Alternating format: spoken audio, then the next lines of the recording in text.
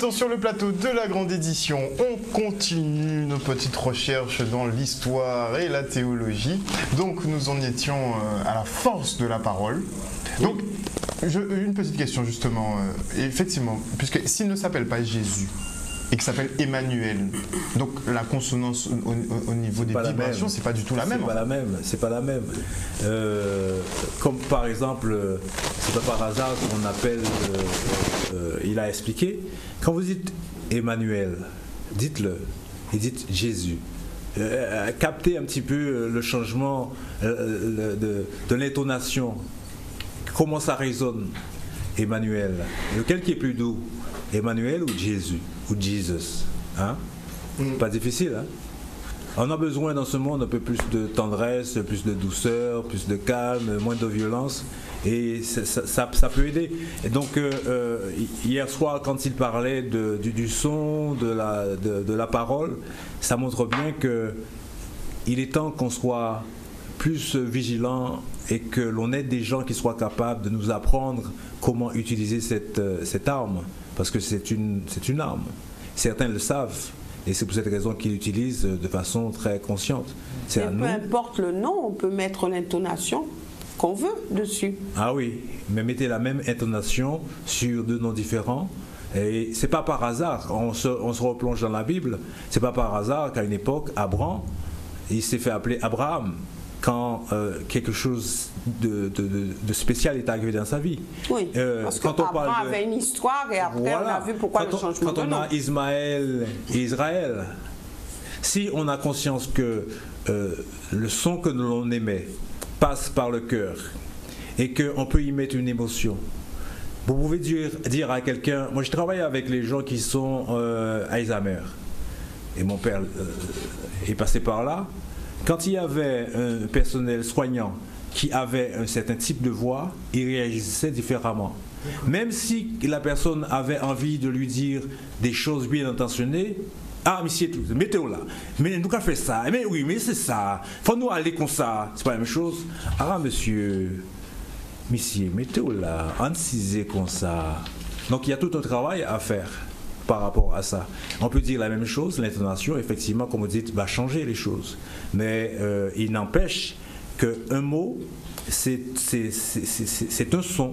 Et le son particulier, parce qu'il y a toujours des sons dans des sons. Il y a la hauteur du son, donc on parle de la hauteur de la note, mais il y a aussi les couleurs. Donc les couleurs, c'est-à-dire le timbre. Ça veut dire comment on va l'habiller. Est-ce que ça va être une voyelle O comme ça? Est-ce que vous allez faire un O avec la langue qui appuie sur le larynx, ou vous allez faire un O? C'est pas la même chose. A et A, c'est pas la même chose. Donc il y a tout un art à avoir, et quand on a nos élèves qui quelquefois sont hystériques, il faut quelquefois regarder comment sont les enseignants. Vous y connaissez en voix comme si? Oui, je suis chanteur. Donc tout ce que dit monsieur, je confirme. C'est très important d'avoir la bonne intonation en fonction du style musical qu'on fait. Il y a des sons qui sont enrobés, il y a des sons qui sont plus piquants. C'est l'intonation, la couleur, le timbre, tout ça, c'est des choses qui vont faire la différence en fait. Est-ce qu'on peut dire que le choix des mots peut justement bercer, énerver? Ça paraît, c'est ce qui paraît un petit peu évident.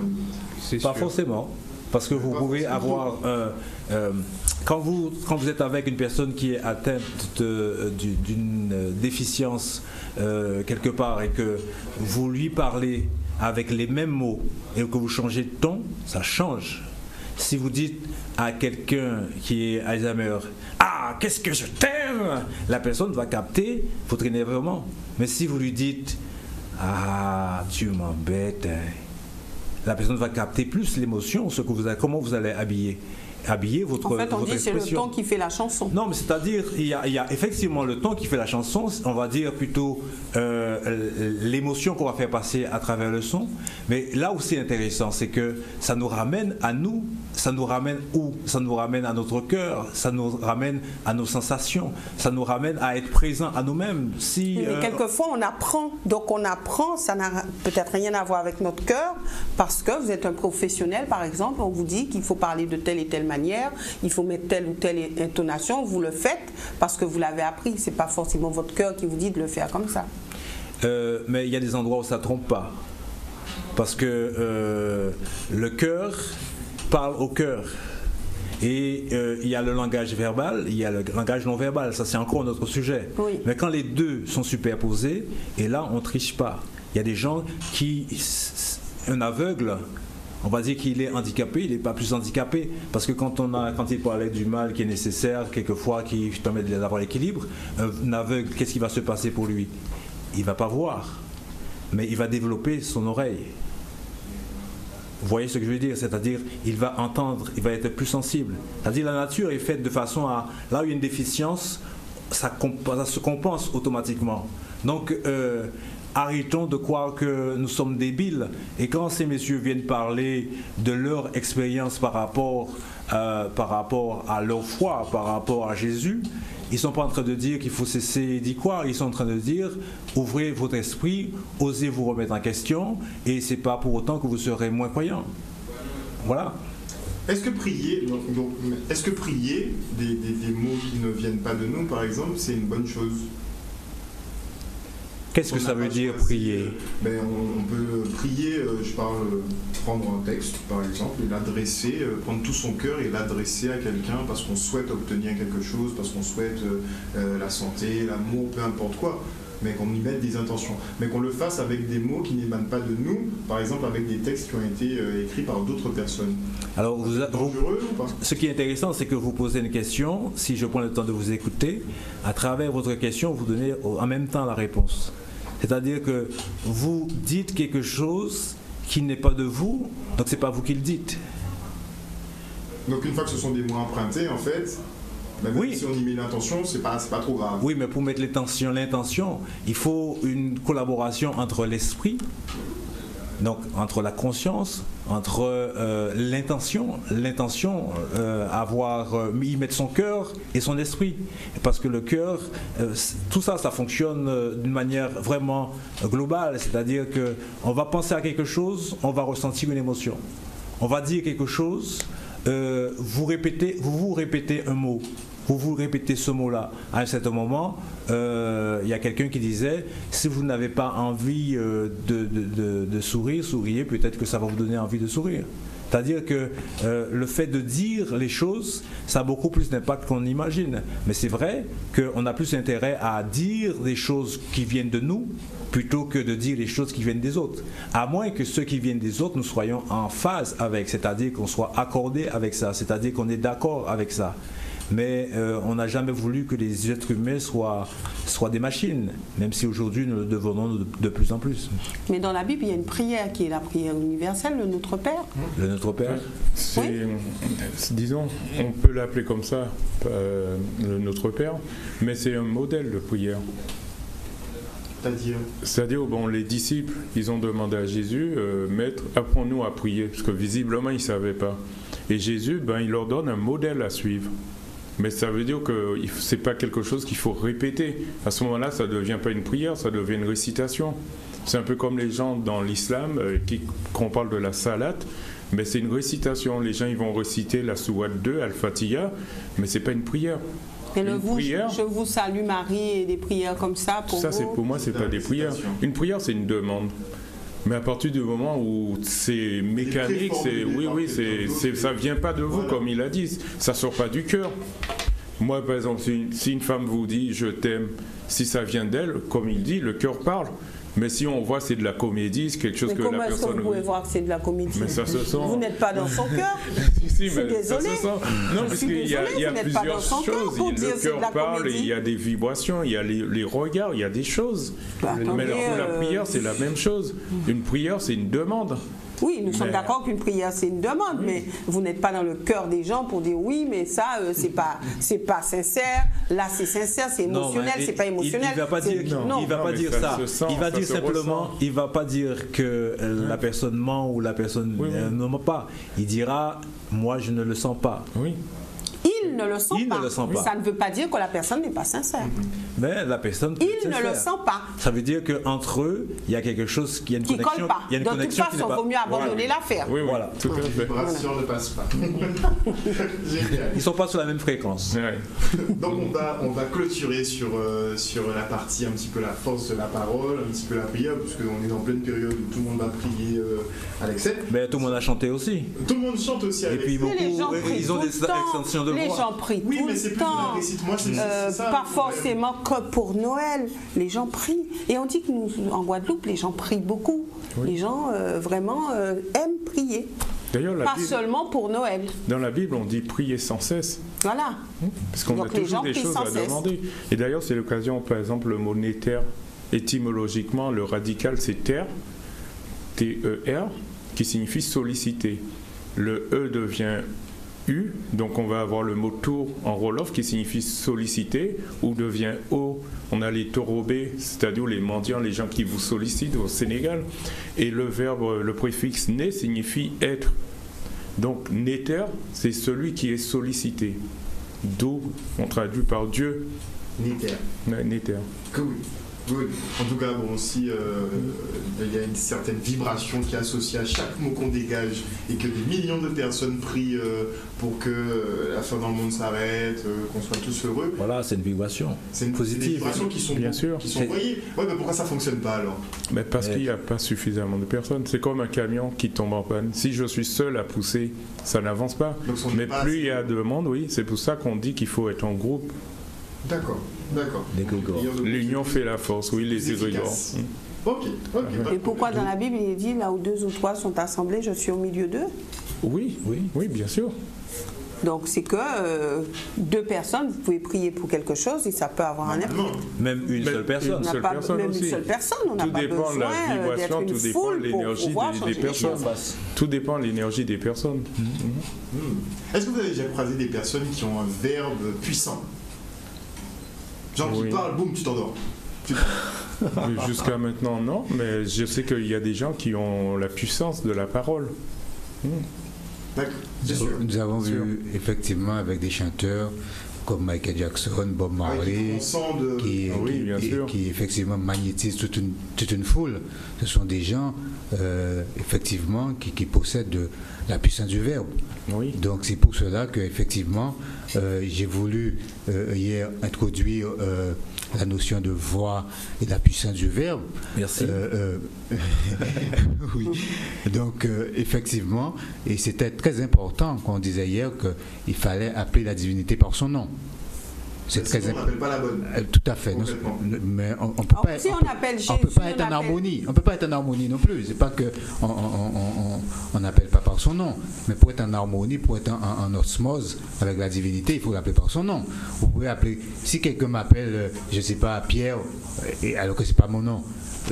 Tu vas pas répondre, hein? Je ne vais pas répondre. Non, il va peut-être pas vous appeler, si vous vous appelez Pierre par exemple, il va peut-être pas dire Pierre, il va dire Petit Pierre, ou il va vous donner le surnom que votre maman vous a donné. Ça peut passer, et ça hein. voudrait dire la même personne. Pas forcément, et pas forcément. S'il m'appelle pas par mon prénom, donc effectivement, je ne suis pas censé répondre.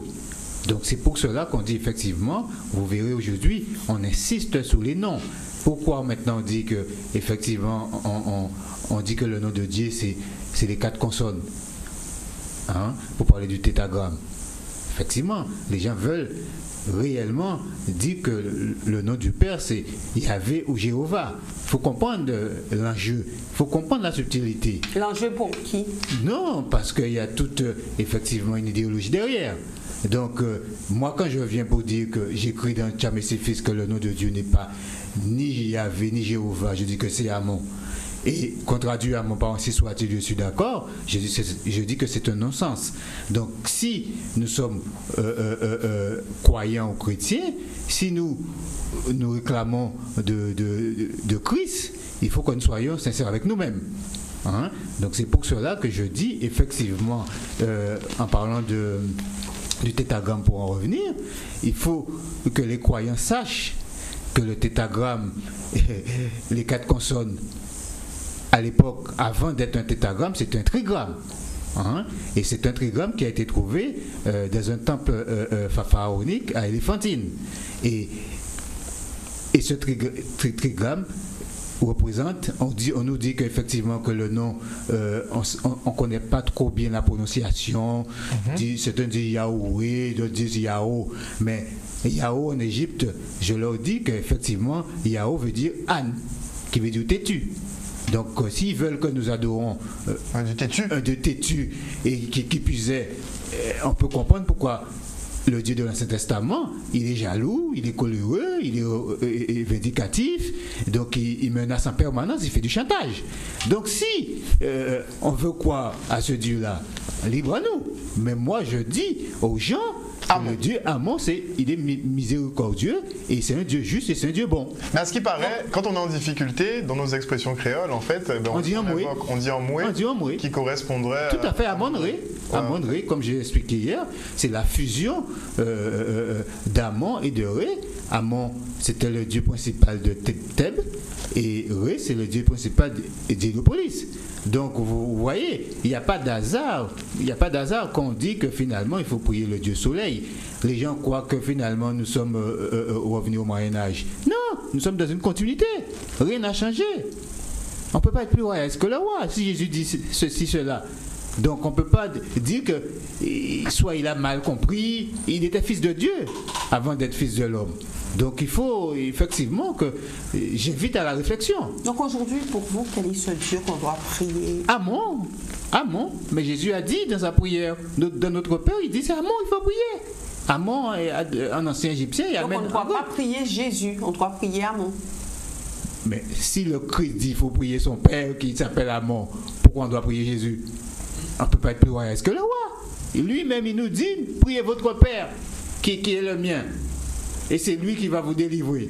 Et nous faisons le contraire. Et nous réclamons, nous revendiquons de Jésus. À ce moment-là, il y a un problème. Il faut que nous revoyions notre copie. Justement, et on voulait rétablir quelques petites vérités. Il y a des petits passages qui me plaisent particulièrement parce que c'est vrai qu'on nous a, je ne vais pas dire bassiné, on va me dire que c'est pas bien. C'est vrai que dans notre enfance, je ne sais pas si vous vous rappelez, chaque période de Noël, on a droit à tous les films sur la vie de Jésus, les histoires de Moïse, Pharaon libère mon peuple, Pharaon libère mon peuple. Donc déjà, on a dit hier qu'apparemment l'esclavage n'était pas pratiqué par les pharaons, ça n'existait pas. Ça n'a jamais existé. Voilà, donc dans un premier temps, donc Pharaon libère mon peuple. Dans Tchab et ses fils, je donne la réponse des Juifs qui invalident cette thèse. Ouais. Quand ils disent à Jésus, nous n'avons jamais été esclaves de personne. Nous sommes de la lignée d'Abraham, mais nous n'avons jamais été esclaves de personne. Donc, en disant que nous n'avons été jamais esclaves de personne, alors c'est pas aujourd'hui que les gens viendront pour dire le contraire. À ce moment-là, c'est compliqué. On est dans l'idéologie. Donc, mais justement, pour poursuivre le propos, et quand on a les 7 plaies d'Égypte, apparemment, on a vu beaucoup de choses là-dessus, les 7 plaies d'Égypte, c'est parce que justement Moïse avait demandé, Dieu était venu en aide à Moïse pour faire en sorte de libérer son peuple. Et a priori, visiblement c'est prouvé scientifiquement maintenant, il y a une explication scientifique aux plaies d'Égypte, monsieur Ninon. Oui, tout à fait. Au nombre de 10 plaies d'Égypte, c'est qu'il y a eu une île qu'on appelait l'île de Santorin, que certains ont identifié à l'Atlantique. Il y a eu une éruption volcanique et donc le vent a amené la poussière volcanique sur l'Égypte et c'est ça qui a causé les plaies. Et d'ailleurs il y a un papyrus égyptien qui s'appelle le papyrus Ippuro qui relate ces plaies d'Égypte. Beaucoup plus tard, en 398, quand Esdras a rédigé la Torah, il a simplement plagié ce document égyptien. Voilà, c'est ça l'origine des plaies d'Égypte. Donc, voilà. Si on reprend bien, quand le soleil était obscurci, oui. En fait, finalement, c'était les cendres. Les cendres, tout simplement. Et les grenouilles. Pareil aussi, hein. C'est les phénomènes, quoi, par rapport à le fait que les couches volcaniques vont tomber sur le Nil, ça va produire des plaies, tout simplement. Tout simplement. Mais il y a des explications scientifiques là-dessus, donc c'est pas ma spécialité pour vous expliquer ça, mais il y a suffisamment de documentaires. Okay. Et même à la poussière volcanique. Et même la séparation des eaux, en fait. Oui, tout à fait. Oui. C'est explicable. Tsunami, peut-être, une espèce de tsunami. c'est le vent du nord qui simplement pousse c'est des vagues, quoi. Tout simplement. Donc on n'a pas forcément fait dans l'histoire, pour le dire. Non, c'est des phénomènes naturels. Voilà, c'est des phénomènes naturels. C'est pas forcément Dieu qui est venu et qui a dit bon, je fais mon ménage en fait. Bon, on peut penser aussi que Dieu s'est servi qu'il a pensé utile d'exploser une île pour libérer un peuple. Bon, pourquoi pas, hein.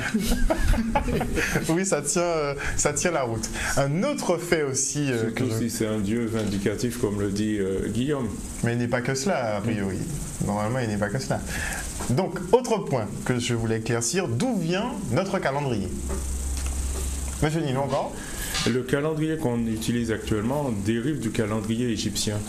C'est un calendrier dans lequel il y a 12 mois de 30 jours, ce qui fait 360, et 5 jours consacrés à 5 divinités, Osiris, Isis, Seth, Nephti et Horus. Et comment on s'est retrouvé finalement avec des mois de 31 jours et le mois de février à 28 ou 29? Tout simplement en retranchant des jours pour faire plaisir à des empereurs romains comme Auguste, comme Jules César, etc. Alors que dans le calendrier égyptien, c'est des jours épagomènes, des jours supplémentaires pour faire plaisir à d'autres divinités. Donc dans le principe, en fait, ils ont pris l'habitude de se faire plaisir en modulant en fait les jours de l'année. Tout à fait, oui. Et donc on vit, c'est dingue quand même, de se dire qu'on a été établi, enfin notre calendrier sur lequel on se base maintenant a été établi selon le bon vouloir d'homme en fait. D'homme, oui. Et dans mon ouvrage justement, je parle du calendrier égyptien, que certains disent qu'il commence le 19 août, c'est bien ça, 19 août, que je remets en cause. Parce qu'il y a des écrits où on explique que l'événement fondateur du début du calendrier du Nouvel An, c'est la crue du Nil. Et c'est un phénomène qui arrivait au solstice d'été. D'été? Oui. C'est-à-dire que je donne le calendrier égyptien à partir du 24 juin. Et là, tout est décalé par rapport à la réalité.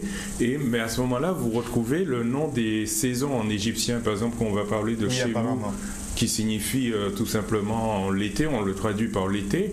C'est le mot soum, tout simplement, en sérère, qui signifie chaleur. Qui aura donné summer, très certainement. Oui, certainement, ça vient de là. Ça vient de l'égyptien. Parce qu'apparemment, le premier mois de l'année, ça ne devrait pas être janvier. Non, le calendrier égyptien, pour moi, commence au solstice d'été. Et je le démontre. Parce que solstice d'été, est-ce que ça correspond avec le printemps? Non, ça correspondait plutôt à la saison, entre le 21 et le 24 juin. D'accord. C'est à ce moment-là, puisque c'est le moment où il fait le plus chaud en Afrique. Vous avez le Kilimandjaro, il y a les neiges. À ce moment-là, les neiges vont fondre. Et ça va augmenter le niveau du Nil. Et le Nil va déborder. Et c'est là l'événement fondateur pour le début du calendrier égyptien. D'accord. Donc on a juste été décalé d'à peu près 6 mois, en fait, au fil des siècles. Oui. Excellent. Quelqu'un voulait rajouter quelque chose? Petite question, M. Quincy? Tout est clair? Oui, c'est très clair. C'est-à-dire que le calendrier égyptien, il faut savoir, il a été inventé dans les années 4200 avant Jésus-Christ. Et c'est à la suite de nombreuses observations des prêtres astronomes qui ont observé ce qu'on appelle le lever héliaque, c'est-à-dire la course du soleil, et ils ont pu établir le calendrier. Donc le calendrier que nous avons aujourd'hui, ça date de moins 4000. Moins 4000 avant notre ère en fait. Tout à fait. Et comment ils faisaient pour être d'aussi bons astronomes sans instruments connus à l'heure d'aujourd'hui? C'est ce qui pose problème. Ils avaient des bons yeux? C'est ce qui pose problème à la science d'aujourd'hui, aux scientifiques. Effectivement, quand on comprend que les Égyptiens étaient effectivement sur Terre, mais ils savaient ce qui se passait là-haut. Exact. C'est pour ça qu'ils disaient eux-mêmes, tout est lié. Et vous voyez que Jésus reprend ça, tout ce que vous déliez au ciel sera lié sur terre. Tout ce qui est lié au ciel est lié sur terre. Donc, mais on n'a pas des petites pistes pour savoir éventuellement comment? C'était les anciens Égyptiens, c'était des initiés. Oui, mais qui les a initiés? Comment ils étaient au courant? Comment? Est-ce qu'ils allaient dans l'espace déjà? On ne sait pas. On ne sait pas, mais on sait qu'ils ont appelé Mars Horus Rouge. Donc on peut supposer c'est qu'ils connaissaient déjà notre planète Mars. Hein. Donc, Comment ils y allaient? C'est ça. pardon? Comment ils y allaient? Même pour savoir qu'elle était là. Mais comment? Vous savez, il y a tout un débat dessus, quand on parle des extraterrestres. Effectivement, dans un bas-relief égyptien, on vous montre que une soucoupe volante, Oui, j'ai vu. on vous montre un hélicoptère, on vous montre tout ça. Effectivement. Donc aujourd'hui, Théophile Obenga également dans Philosophie africaine, il vous montre une maquette d'avion. Donc on peut croire que les extraterrestres existent?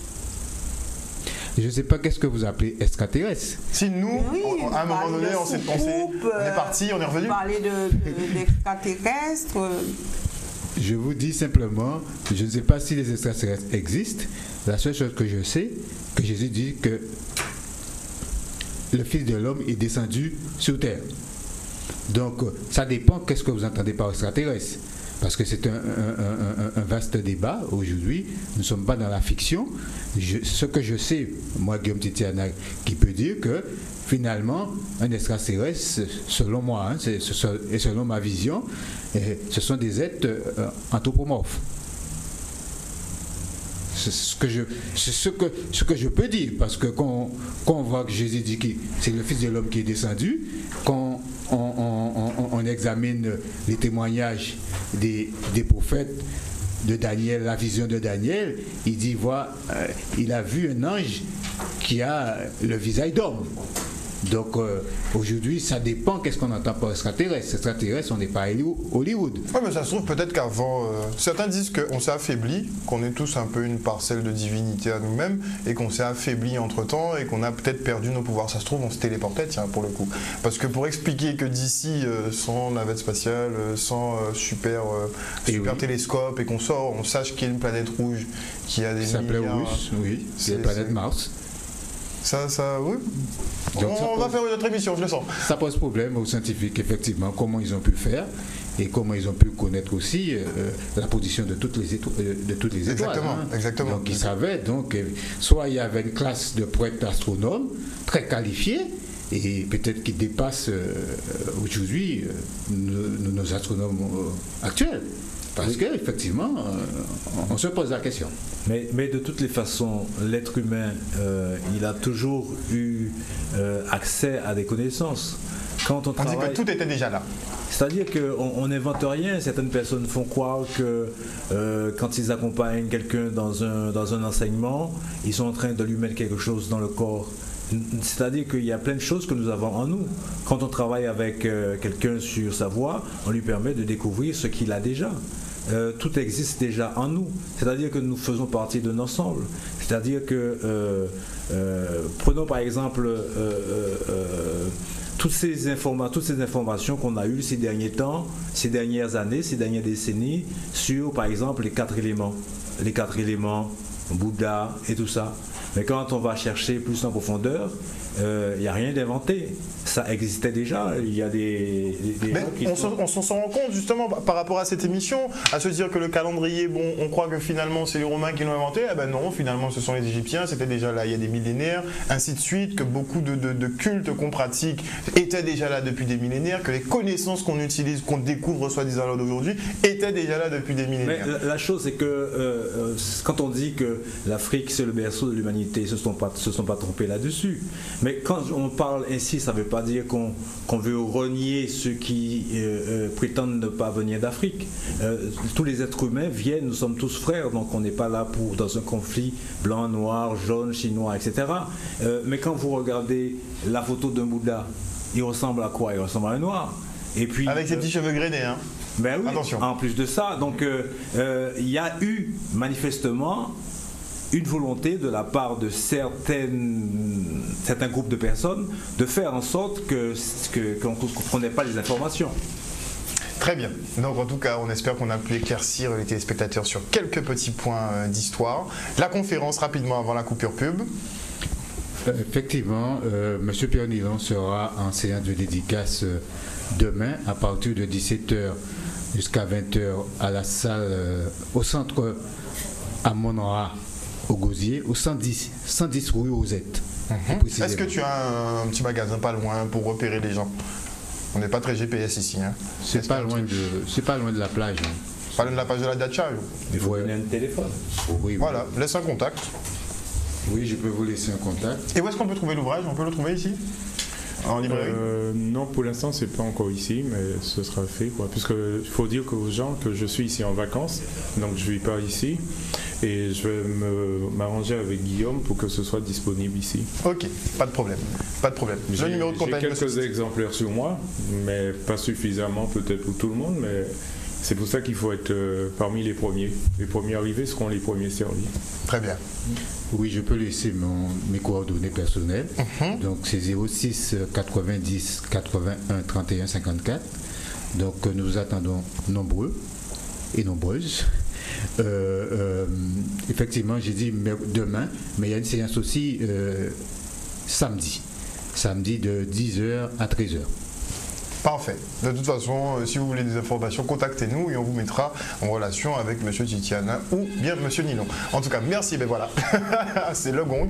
Merci en tout cas à vous d'être venu sur ce plateau ce soir. C'est valable aussi pour la formation qui commence en janvier. Aussi, mais ça, on devra retoucher un petit mot dessus justement sur la formation vocale. On vous recevra plus amplement à ce sujet. Merci en tout cas d'être venu sur le plateau ce soir et à très bientôt, j'espère. Merci à vous. Publicité.